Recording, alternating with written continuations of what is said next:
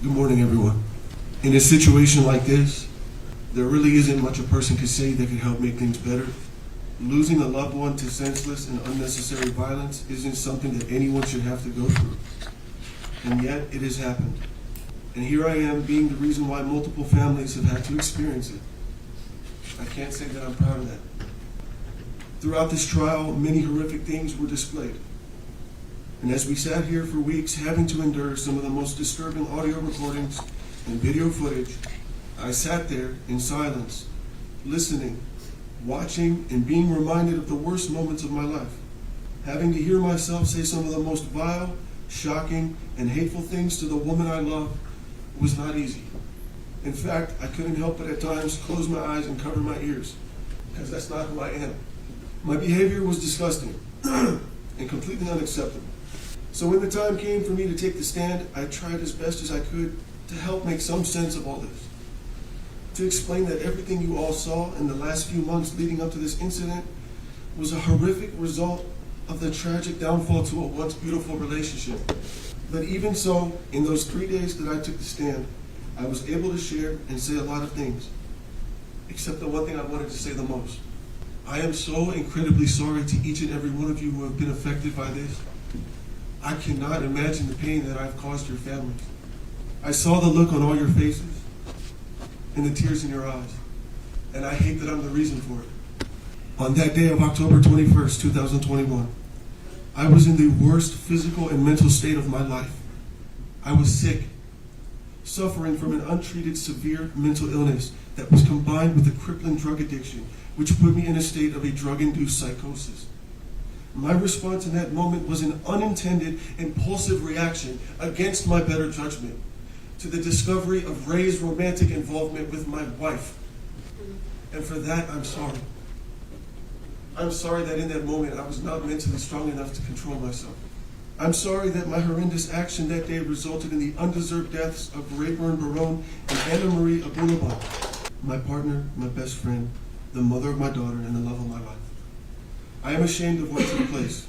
I am devastated by the damage that I've caused to Anna's family, to Ray's family, and to my family. If I could undo all of this, I wouldn't hesitate.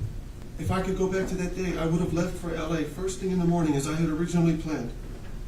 I would have given Anna the space she wanted, and I would have used that time to focus on getting the proper help I so desperately needed. And I would get on my knees and beg Anna for forgiveness.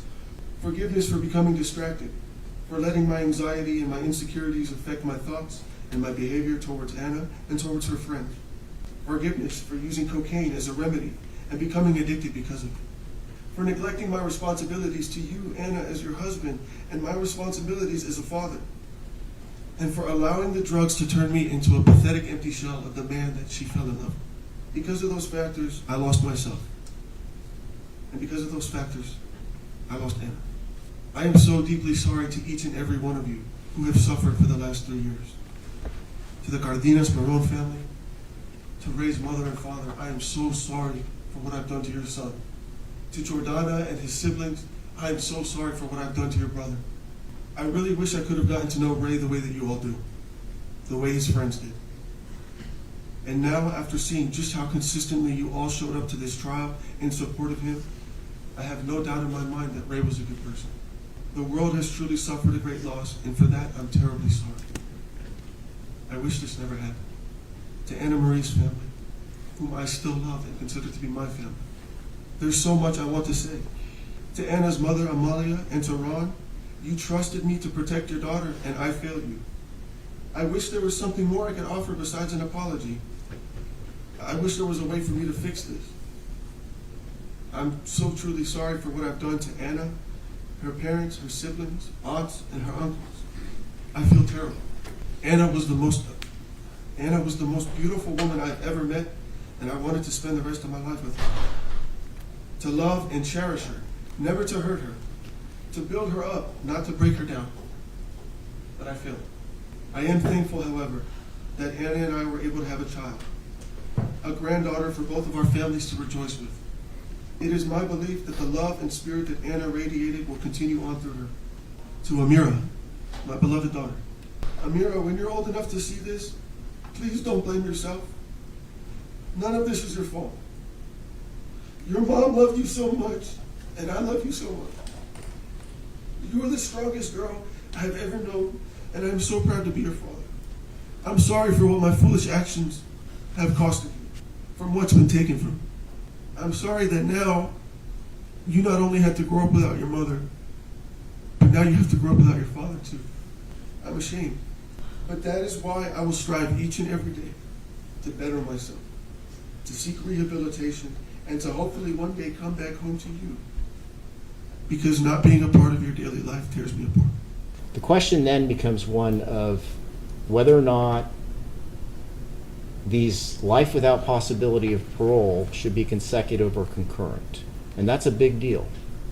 That will, in all likelihood, determine whether or not he dies in prison or out of prison, whether he dies a free man or one who's not.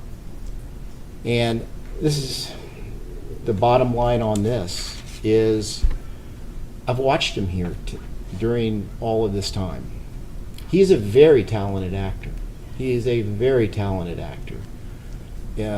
When I saw the Scarface videos, it's as if when he committed these crimes, he became that persona of Scarface, of just the cold-blooded killing without remorse.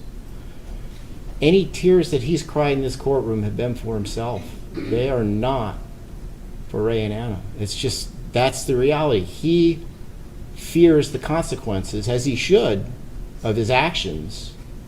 But as he sits here today, I don't know if he's really sorry. I have serious reservations about it. I know he's sorry about the consequences of going to prison for the rest of his life. But I can't say that I think he's sorry for having killed these two innocent human beings. He's a very selfish person, as I think the jury saw. That was something that his character kind of came through, and we ask, who is Ali Abulaban?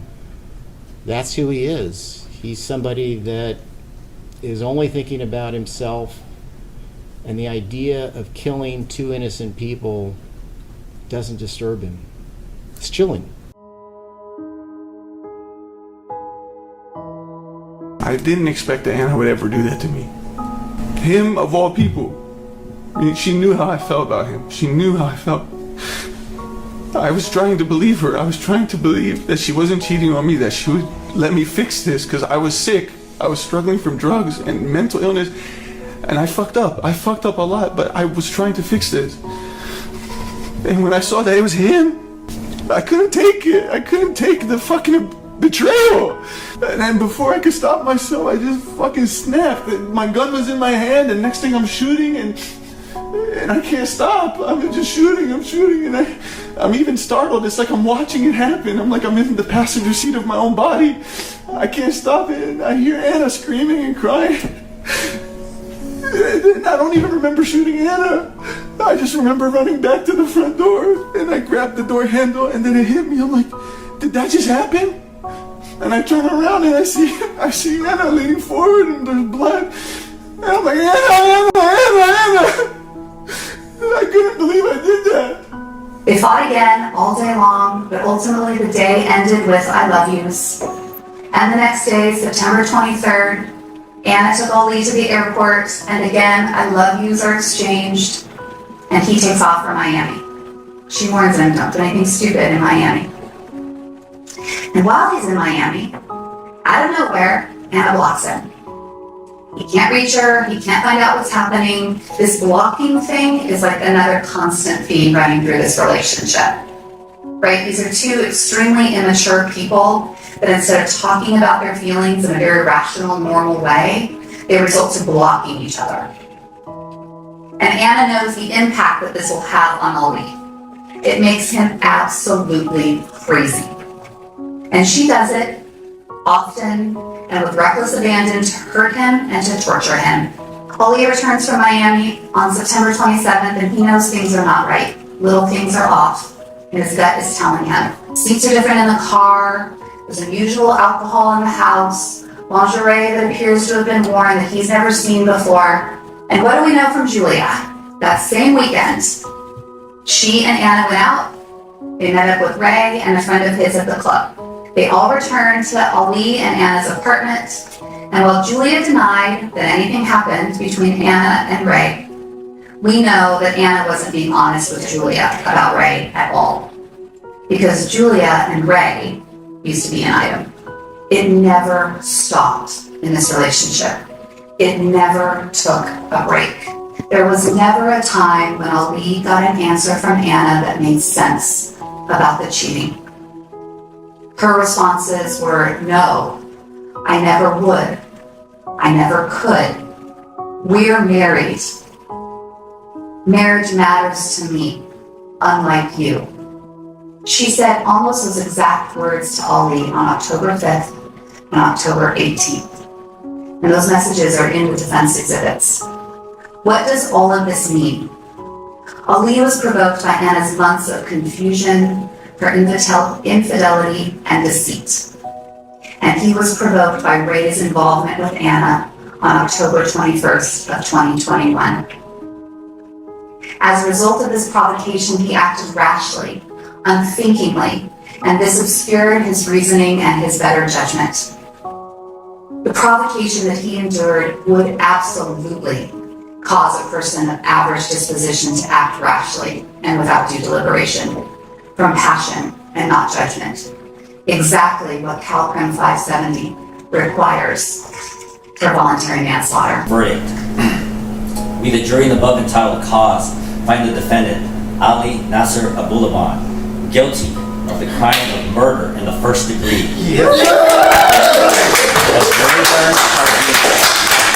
Silence.